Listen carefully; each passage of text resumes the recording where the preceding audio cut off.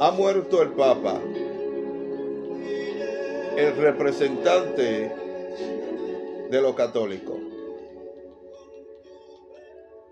Representante de los católicos, no del Señor, no de Dios, no de Jesucristo, sino representante de los católicos. El representante de Jesucristo es el Espíritu Santo a través de la iglesia. El Señor dice: yo no lo dejaré huérfano. Antes de partir, hablando con sus discípulos, dijo: yo no lo dejaré huérfano. Le enviaré otro consolador, al Espíritu Santo, que estará en vosotros y con vosotros. El Espíritu de verdad, el cual el mundo no conoce, pero vosotros le conocéis. O sea, quien quedó a cargo de la iglesia en representación de Jesús es el Espíritu Santo, no hombre alguno. Y el Espíritu Santo se manifiesta a través de la iglesia. Por eso el Señor le dijo a sus discípulos, a la iglesia de Cristo, a usted y a mí, si somos iglesia del Señor, dice: y recibiréis poder. Hechos 1:8. Y me seréis testigo. Recibiréis poder cuando haya venido sobre vosotros el Espíritu Santo. Y me seréis testigo en Judea, en Samaria y hasta lo último de la tierra. Vamos a ser testigos de Jesús. No hay testigo de Jehová. El testigo de Jehová único fue Jesucristo. Es el único que lo ha visto. A Dios no lo ha visto nadie, jamás. Él es espíritu. Ahora, el unigénito del Padre, Jesucristo nuestro Señor, Él sí le conoce y le ha visto. Por tanto, Jesucristo es el testigo. Ahí ustedes ven la incoherencia de la religión. Entonces el Papa no es representante de Cristo aquí en la tierra. Él es representante de los católicos. Para ser representante de Jesucristo, tiene que haber él nacido de nuevo y predicar este evangelio como dice las escrituras. Como dice la escritura. No como dicen los hombres. No como dice el mundo, sino como dice la escritura. Y la Iglesia Católica nació en el año 300 y pico, cuando Constantino era emperador de Roma. Constantino, óigase bien para que no se confunda una cosa de lo otro. Porque hay muchos que creen que la iglesia cristiana evangélica salió de Martín Lutero, pero ¿quién ha dicho esa barbarie, esa estupidez tan grande? Martín Lutero fue un obispo, un sacerdote, que leyendo las escrituras que eran prohibidas por la iglesia católica, se encontró en Efesios capítulo 1, versículo 8, donde hablaba que la salvación es por fe, no por obra. ¿Entiendes? Y él, al encontrarse esto lo marcó. Y entonces Martín Lutero tuvo un encuentro a través de ese versículo, a través del Señor, con Dios. Pero Martín Lutero no salió nunca de la iglesia católica. ¿Entiendes? Lo tuvieron casi al matar y cuántas cosas, lo buscaron, lo escondieron, lo protegieron. Pero antes de la iglesia, antes de Martín Lutero, ya la iglesia venía siendo perseguida hacía muchos años. Muchísimos años había sido perseguida por el Imperio Romano. La iglesia cristiana. De hecho, hay un padre de la iglesia que iba a ser torturado para luego darle muerte. Y él dijo, a mí ustedes me van a matar, pero dentro de 100 años vendrá uno el cual ustedes no podrán matar. Hablándose, profetizando acerca de Martín Lutero, que 105 años después, ¿entiende? Entonces vino Martín Lutero. Pero ya la iglesia cristiana estaba ahí porque la iglesia cristiana nació en el 33 después de Cristo. Cuando Jesucristo, ¿verdad?, le dijo a los discípulos, no se vayan hasta que no sean llenos del Espíritu Santo. Y los discípulos quedaron en Jerusalén en un aposento alto que había en una segunda planta allí. Estaban ellos esperando por 10 días, habían pasado 40 días de la resurrección de Jesucristo, y por 10 días estuvieron ellos allí orando. Dice que estaban todos sentados y de repente vino del cielo un estruendo, ¿verdad?, que empezó a remover todo ese pueblo allí. Y esos discípulos que estaban allí fueron llenos del Espíritu Santo. Había más de 120. Ellos fueron llenos del Espíritu Santo y comenzaron a hablar en otras lenguas, ¿verdad? Y la gente se estremeció y la gente quedó sorprendido. De hecho, de ver a estos muchachos, que muchos de ellos eran indoctos, hablar en su idioma. Y ellos se sorprendieron y dijeron, mira, ¿no son galileos todos estos que hablan? ¿Cómo pues nosotros le oímos hablar en la lengua que nosotros hemos nacido? Partos, medos, elamitas, los que habitamos en Mesopotamia, en Judea, en Capadocia, en Panfrigia, en Egipto, en las regiones de Asia y más allá de Cirene, cretenses y árabes. Les oímos hablar en otras lenguas las maravillas de Dios. Ahí, ¿entiende? Nació la iglesia. Se fundamentó la iglesia bajo la unción del Espíritu Santo. Dios venía ya trabajando con los discípulos. Y en una ocasión el Señor dijo, ¿quién le dicen los hombres que soy yo? Y uno dice que tú eres Elías, otro que tú eres Jeremías, otro que tú eres Juan el Bautista. Y Jesús le preguntó, ¿y ustedes qué dicen? Y Pedro dijo, tú eres el Cristo, el Hijo del Dios viviente. Entonces el Señor le dijo, Pedro, eso no te lo reveló ni carne ni sangre, sino mi Padre que está en los cielos. Y sobre esta roca, o sea, sobre esa confesión que dijo Pedro, edificaré mi iglesia, no sobre Pedro, porque él dijo roca. Y Pedro significa piedra. ¿Entiendes? Piedra. Y roca es mayor. Y la roca es Cristo. Por eso Moisés en el desierto, cuando pega a la peña con ira, con enojo, y que no glorifica a Dios porque lo hizo como si hizo brotar agua de la peña como si fuese él, sin darle la gloria al Señor.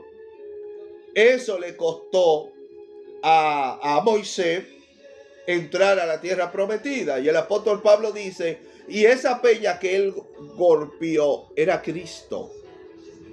O sea, Jesucristo es una representación de la roca inconmovible, de la peña. ¿Entiendes? Por eso el Señor le dijo a los fariseos, sacerdotes y todos esos muchachos de la ley que estaban ahí, hablando que él era la piedra angular. Y todo aquel que chocara con esa piedra será destruido. Y si la piedra le cayera arriba, lo iba a desmenuzar. Dando a entender que Jesucristo era esa piedra, era esa roca. Entonces Jesús está haciendo alusión, no que Pedro era la roca. No. Jesús estaba haciendo alusión a lo que Pedro había dicho. Tú eres el Cristo, ¿Qué dijo Pedro cuando dice tú eres el Cristo, el Hijo de Dios viviente? Pedro está diciendo tú eres el Mesías, Yahshua HaMashiach, el que estaba esperando el pueblo de Israel. Yahshua HaMashiach. ¿Entiendes? Jesucristo, el Mesías. Entonces, el Hijo del Dios viviente. Entonces el Señor toma esa palabra que dijo Pedro, revelada por el Espíritu Santo, y le dijo, Pedro, esto no te lo reveló carne. Y sobre esa palabra yo voy a fundamentar la iglesia. Sobre esa palabra. ¿Entiendes? No sobre Pedro, porque va a fundamentar Dios, Jesucristo, la iglesia sobre un hombre. No, sobre nosotros no, porque es que nosotros fallamos miles de veces. De hecho, el mismo Pedro estuvo fallando 1 y 2 y 3. ¿Entiendes? De tal manera que después de eso, de esa confesión, Pedro negó a Jesús en 3 ocasiones. Entonces, el Señor no va a fundamentar la iglesia, ¿entiendes? Su iglesia sobre ningún hombre, sino sobre él mismo. La iglesia está fundamentada, sí, bajo el testimonio de los profetas y los apóstoles. En ese fundamento testimonial, sí. Pero fundamento de cimiento de la piedra angular, no, señor, es Jesucristo, la piedra angular. Entonces, la iglesia se fundamentó ya en los años 33, ya donde Jesús resucitó. Y ahí empezó la iglesia a funcionar. 330 y pico de años después, 330 y pico años después, escuchen bien, 330 y pico años después, se convierte Constantino al evangelio. El evangelio que estaba siendo perseguido desde mucho antes. Ustedes leen los libros de los Hechos y usted se da cuenta que los muchachos tenían que estar escondidos. Y que lo apedreaban y que lo perseguían. El mismo Pablo, ¿entiende? Que luego se convierte, era uno de esos perseguidores. De hecho, hablando de Pablo, Pablo dice, óigase bien, Pablo que escribió su carta a partir de los años 70, después de Cristo por ahí. Cristo muere en el 33 y vamos a decir que 37 años después, viene este muchacho y tiene un encuentro con el Señor, empieza a predicar el evangelio. O sea, el apóstol Pablo dice, miren, que nadie predique otro evangelio el cual ustedes han recibido. Miren, si yo mismo o alguno de los apóstoles viene predicando algo diferente, sea ángeles que vengan, revelación de ángeles, o sea hombre alguno, sea anatema, o sea maldito. Eso lo predicó este muchacho, eso lo profetizó, eso lo dijo el Espíritu Santo a través del apóstol Pablo por los años 70 y pico por ahí. Óigase bien, diciendo que si algún ángel o si él mismo o alguno de los apóstoles viniera predicando otro evangelio, sea anatema. Entonces esto es para que ustedes vean que todas estas religiones que se fundamentaron, ¿entiendes? Se fundamentaron bajo falso profecía, bajo fundamentos humanos, tradicionales. Entre ellos la iglesia adventista, la iglesia de los testigos de Jehová, la iglesia de los mormones, ni hablar, la iglesia católica, ¿entiendes? Que se fundó en los años 330 y pico cuando Constantino se convierte al evangelio. La iglesia cuando Constantino se convirtió, hasta ahí dejó de ser perseguida.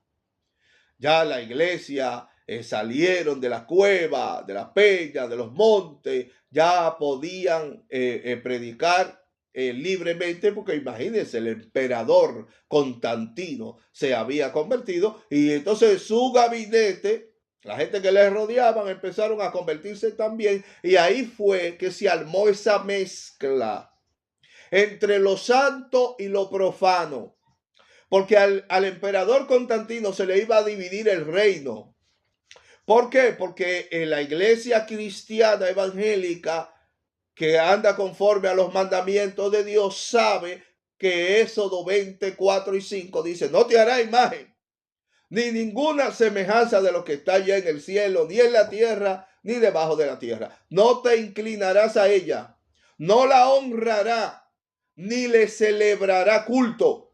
Óigase bien, a ninguna semejanza de lo que está allá arriba en el cielo. Medite usted ahí. ¿Entiende? Entonces, como ellos sabían eso, y ya cuando Constantino se convierte, se hace una mezcla. ¿Entiende? El sincretismo, todo mezclado ahí. Y ya ahora, aquellos ídolos, ídolos y dioses paganos, para suavizar y que no se divida el reino, entonces empezaron a sustituirlo y a cambiarlo. Esos ídolos y dioses paganos de otros pueblos empezaron a cambiarle el nombre y dijeron, este es Pedro, este es Pablo, este es fulano, este es Perencejo. Y así se fue sustituyendo. De hecho, en el Vaticano, usted ve, en el Vaticano, que es el único país, un país pequeñito en Italia, de un grupo de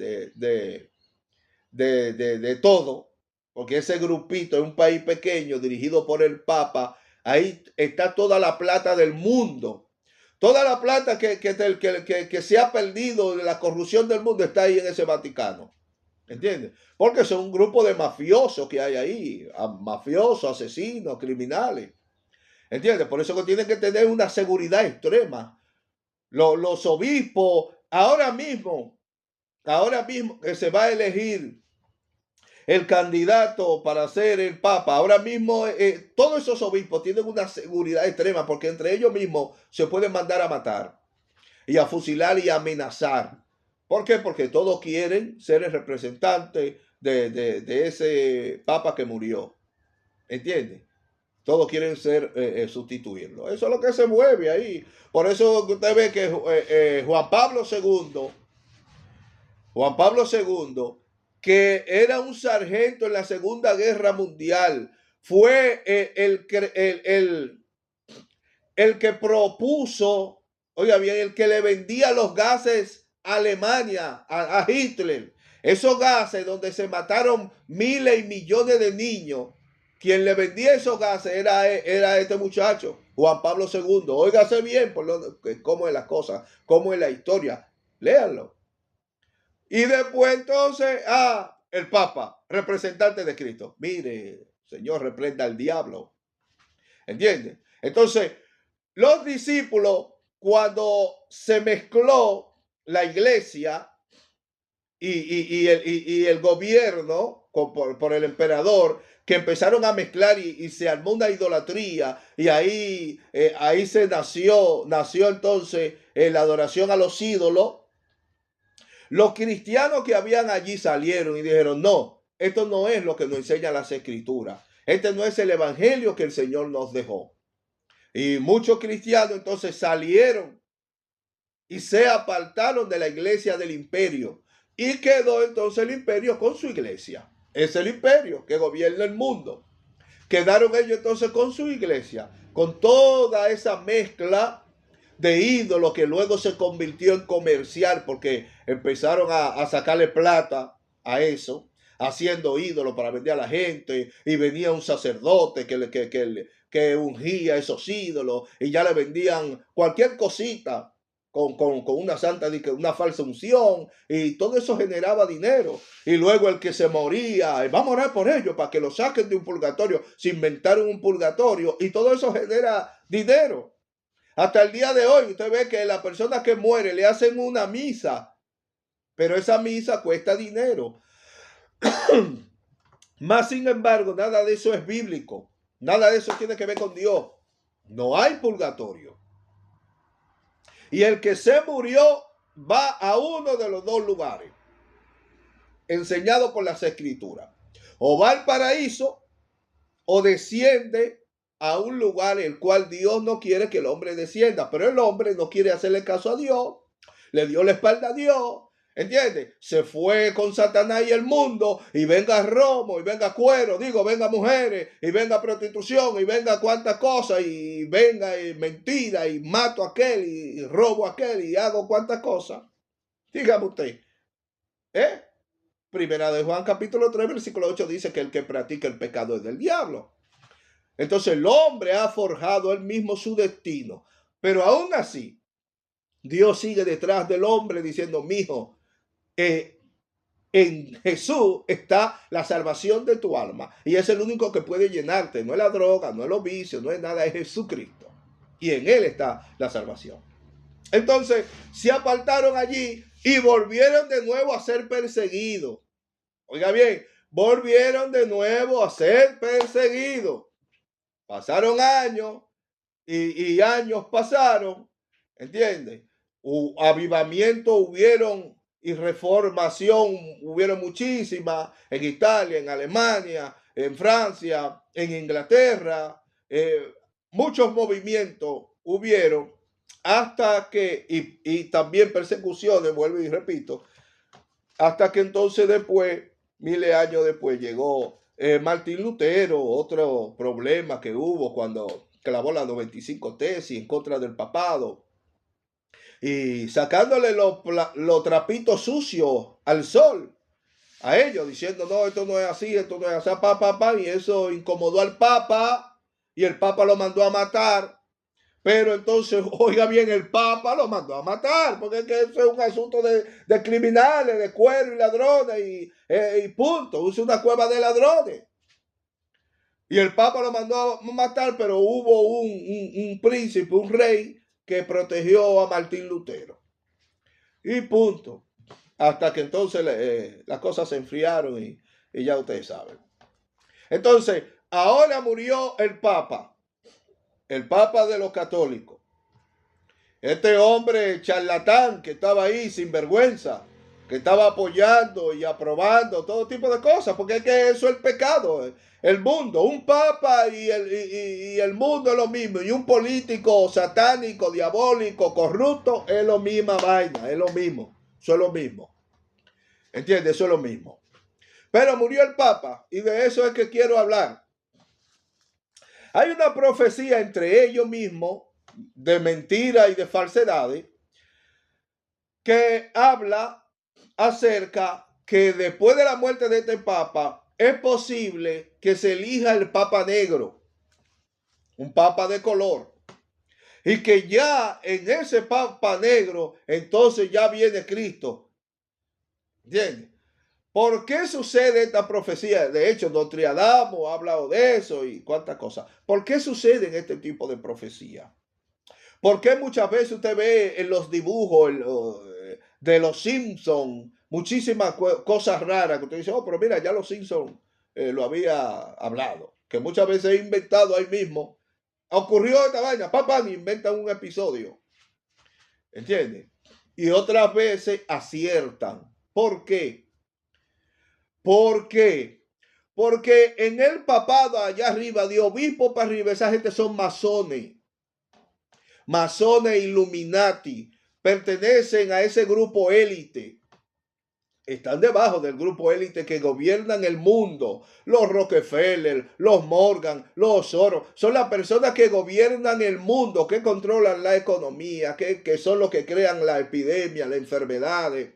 Y al mismo tiempo en los laboratorios y la medicina para mantenerse cobrándole a la gente por siglos de años. ¿Entiendes? Lo que ellos han provocado enfermedad que no la sanan, porque no hay ningún medicamento que